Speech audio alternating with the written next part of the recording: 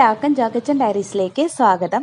ഇന്ന് നമ്മൾ തയ്യാറാക്കാൻ പോകുന്നത് 2 കറികളാണ്. വളരെ ഈസി ആയിട്ട് തന്നെ തയ്യാറാക്കാൻ പറ്റുന്ന 2 കറികളാണിത്.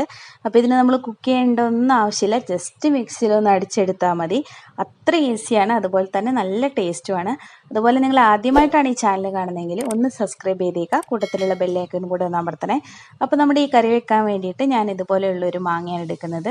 അത്യാവശ്യം പുളിയൊക്കെയുള്ള ഒരു മാങ്ങയാണ്. അപ്പോൾ അതൊന്ന് നമുക്ക് മുറിച്ചിട്ട് ഒന്ന് മിക്സിയിലേക്ക് ഇട്ട് കൊടുക്കാം. പിന്നെ അതിലേക്ക് 2 ഉള്ളി ചേർത്ത് കൊടുക്കുക. എരിവിനാവശ്യമായിട്ടുള്ള പച്ചമുളക് ഞാനിവിടെ 2 എണ്ണമാണ് ചേർക്കുന്നത്.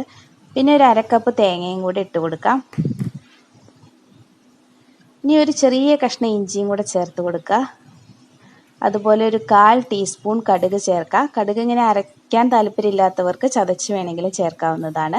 ആവശ്യത്തിനുള്ള ഉപ്പും കൂടെ ചേർത്തതിന് ശേഷം നമുക്ക് ഈ അരച്ച് വരാനുള്ള കുറച്ച് വെള്ളവും കൂടെ ഒഴിച്ചിട്ട് ഇത് നന്നായിട്ടൊന്ന് അരച്ചിട്ട് വരാം. അപ്പോൾ ഇതിവിടെ നന്നായിട്ട് അരച്ചെടുത്തിട്ടുണ്ട്. അപ്പോൾ നന്നായിട്ട് പേസ്റ്റ് പോലെ അരിയൊന്നും വേണ്ട, ഒരുവിധം ഒന്ന് അരിഞ്ഞ് കിട്ടിയാൽ മതി. ഇനി നമുക്കിതൊരു ബൗളിലേക്ക് ഒഴിച്ചു കൊടുക്കാം.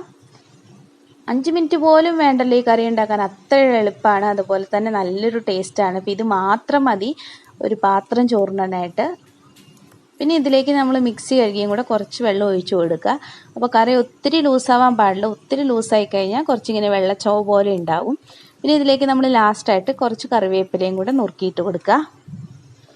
അപ്പോൾ നിങ്ങൾക്ക് കറിവേപ്പില അരയ്ക്കണം താല്പര്യമുള്ളവർക്ക് അരയ്ക്കുന്നതിൻ്റെ കൂട്ടത്തിലും വേണമെങ്കിൽ കുറച്ച് ഇട്ട് കൊടുക്കുക കേട്ടോ. പിന്നെ നമ്മൾ ലാസ്റ്റായിട്ട് ഇതിലേക്ക് കുറച്ച് പച്ച വെളിച്ചെണ്ണയും കൂടിയാണ് ചേർത്ത് കൊടുക്കുന്നത്.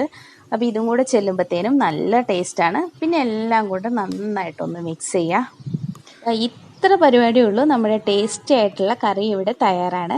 അപ്പോൾ എല്ലാവരും ഒന്ന് ട്രൈ ചെയ്തിട്ട് അഭിപ്രായം ഒന്ന് പറയണേ. അപ്പോൾ ഈ ഒരു രീതിയിലാണ് ഉണ്ടാവേണ്ടത്. ഇത്രയും കട്ടിയിലാണ് ഞാൻ എടുത്തിരിക്കുന്നത്. ഒത്തിരി ലൂസല്ല, എന്നാൽ അത്യാവശ്യം ലൂസുമാണ്. അപ്പോൾ ഞാൻ ഇതിൻ്റെ ടേസ്റ്റ് ഒന്ന് നോക്കട്ടെ. പൊളിച്ച്, ഒന്നും പറയാനില്ല, അത്രയും ടേസ്റ്റാണ്. ഇനി നമുക്ക് രണ്ടാമത്തെ കറി തയ്യാറാക്കാം. അതിനായിട്ട് ഞാനിവിടെ ഒരുവിധം പഴുത്ത മാങ്ങയാണ് എടുക്കുന്നത്. എന്നാൽ ചെറിയ പുളിയുണ്ട്, മധുരമുള്ള ഒരു മാങ്ങയാണ് എടുക്കുന്നത്. നന്നായിട്ടുള്ള പഴുത്തിട്ടുള്ള പഴമല്ലേ, അതിലേക്ക് ഞാനൊരു 1/2 കപ്പ് തേങ്ങയും കൂടെ ചേർക്കുന്നുണ്ട്. പിന്നെ കുറച്ചും കൂടെ മധുരമാവാം എന്ന് തോന്നുന്നതുകൊണ്ട് ഞാനിതിലേക്ക് ഒരു പഴമാങ്ങയുടെ ഒരു പീസ് ഇട്ട് കൊടുക്കുന്നുണ്ട്. പിന്നെ അതിലേക്ക് 2 പച്ചമുളക്, 2 ഉള്ളി, ഒരു കഷ്ണം ഇഞ്ചി, ആവശ്യത്തിനുള്ള ഉപ്പ്. അപ്പോൾ ബാക്കി എല്ലാ ചേരുവകളും നമ്മൾ മറ്റേൽ ചേർത്ത് തന്നെയാണ് ചേർത്ത് കൊടുക്കുന്നത്. 1/4 ടീസ്പൂൺ കടുകും കൂടെ ചേർത്ത് കൊടുക്കുക. പിന്നെ ഇത് അരച്ച് വരാൻ ആവശ്യമായിട്ടുള്ള വെള്ളം കൂടെ ചേർത്തിട്ട് നമുക്ക് നന്നായിട്ടൊന്ന് അരച്ചിട്ട് വരാം. ഇതിപ്പോൾ ഞാൻ നന്നായിട്ട് അരച്ചെടുത്തിട്ടുണ്ട്. അപ്പോൾ ഇതിൻ്റെ ടേസ്റ്റ് നോക്കുക, ടേസ്റ്റ് അനുസരിച്ച് ബാക്കി ചേരുവകൾ ചേർക്കണം. അപ്പോൾ എനിക്ക് തോന്നുന്നു കുറച്ചും കൂടെ എരിവാവാന്നുള്ളത് കൊണ്ട് ഞാനൊരു പച്ചമുളകും കൂടെ ചേർക്കുന്നുണ്ട്. പുളിയും കുറച്ചും കൂടെ ആവാന്നുള്ളത് കൊണ്ട് ഒരു 1/4 കപ്പ് തൈരും കൂടെ ചേർക്കുന്നുണ്ട്.